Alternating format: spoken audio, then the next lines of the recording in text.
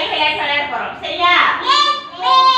கதிரவனும் இதெல்லாமும் விவசாயி, நீங்க எல்லாம் எலி. சரியா?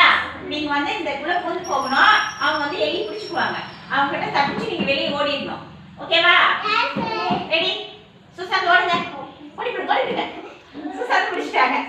Very good. சுசாந்த் ஓடிடுங்க. ஓடிடுங்க. ஐயா ஓடிடுங்க.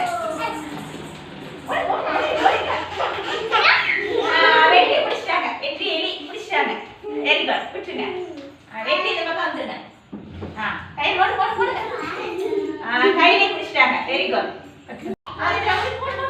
ஓடிடுங்க.